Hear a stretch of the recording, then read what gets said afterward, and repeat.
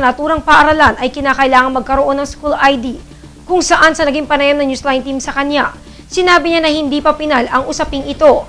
Sa kabila nito, aminado naman ang punong guro na kulang ang MOOE ng paaralan para sa pagpapagawa nito at mahigpit niyang sinusunod ang mga panuntunan ng DepEd kung saan walang problema sa kanya ang pagsusuot ng mga lumang ID ng mga bata.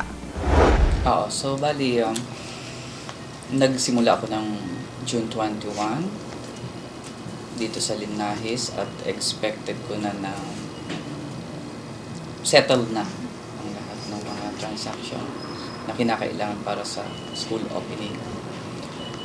So tungkol sa ID na yan,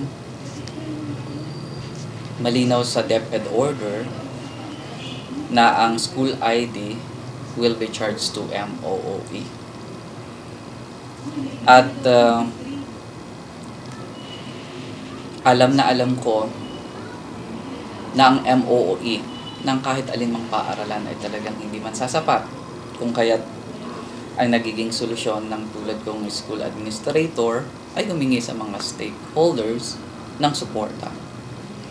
So dito sa setup ng Linahis, nakita ko na hindi rin sapat ang pondo. Kaya nagkaroon kami ng pagpupulong with the PTA President, si President Lito Liatzon. At inirefer ko ang bagay na yan, pag-usapan namin na ipepresent sa magulang. So na-present sa mga magulang at ang final decision ay malalaman sa July 28 para sa meeting, General Assembly ng mga homeroom presidents. So dun i-refer at dun malalaman kung ito ay approved na.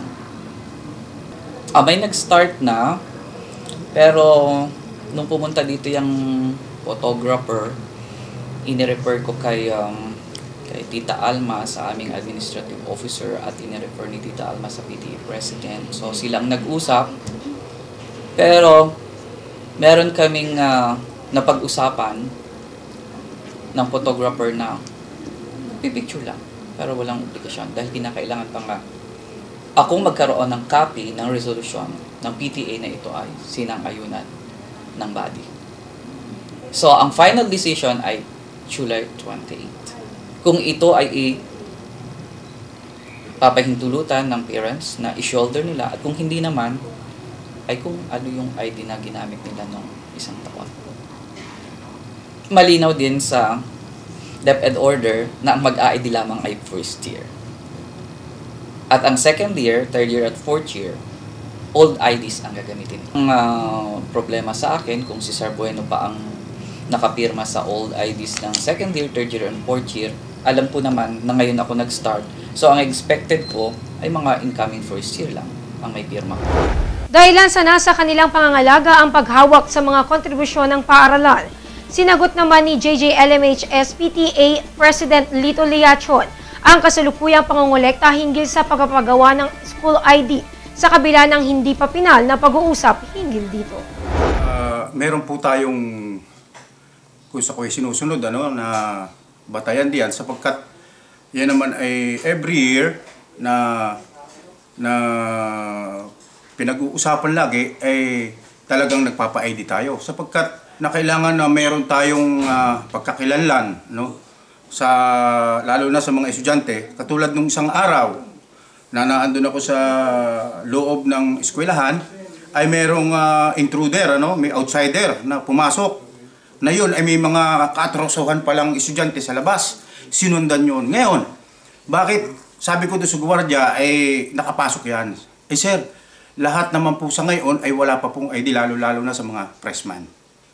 Automatically, kailangan talaga, sabi ko nga, madaliin ang pag-aano ng ID sapagkat ito'y isang katulungan upang magkaroon ng pagkakakilanlan ang mga estudyante sa loob ng paaralan upang magkaroon ng seguridad.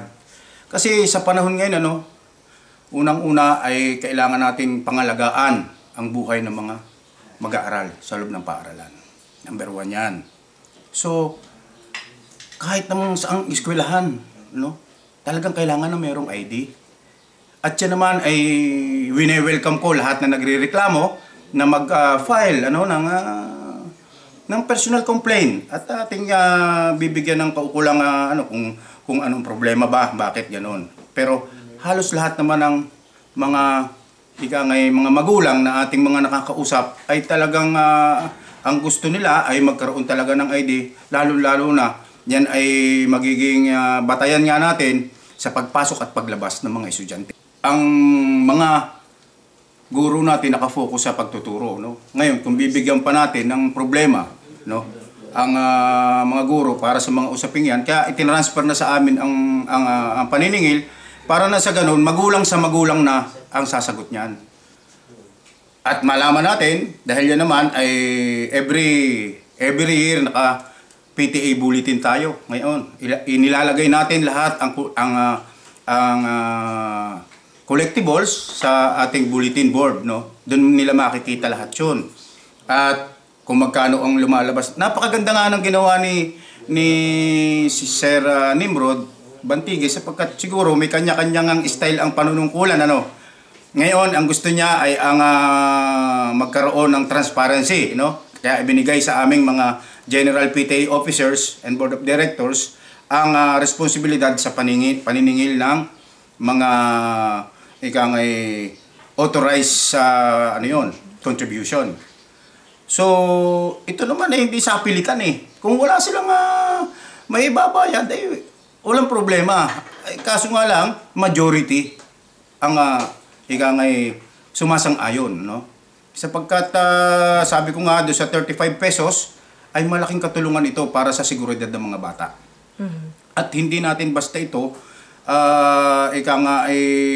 papayagan nang wala itong pinag-usapan ng ating mga opisyales ng General PTA officers and Board of Directors. Sa huli, dagdag ng opisyal na bukas ang kanilang tanggapan sa lahat ng mga mungkahi ng mga magulang para sa mas maayos na samahan sa nabanggit na paaralan.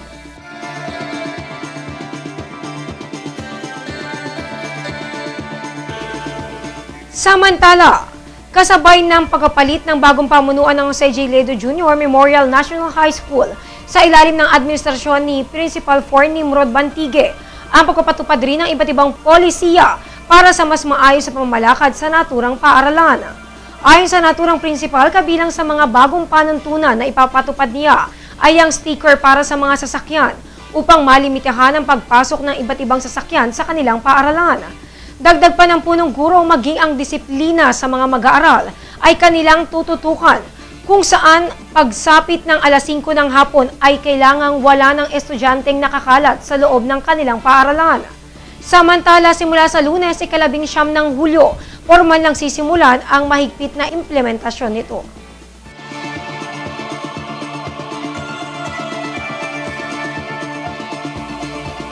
Iba pang mga balita sa amin pong pagbabalik. Bakit ka kasi kumabit? Alam mong di tama yan, di ba? Huwag ka nang gumamit ng pag-aari ng iba. Nakakaperwisyo ka sa mga legal na cable. Lumalabo ang signal nila. Mahiya ka naman, hoy. Illegal na cable mo, putulin na.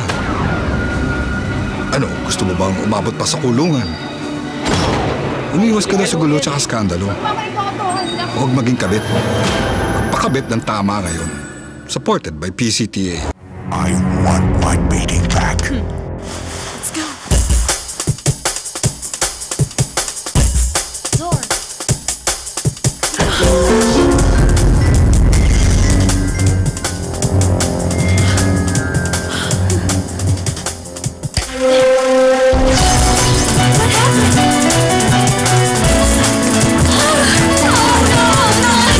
It's all Sanyo! It's about time. He's on HD LCD Sanyo. Build your home in the new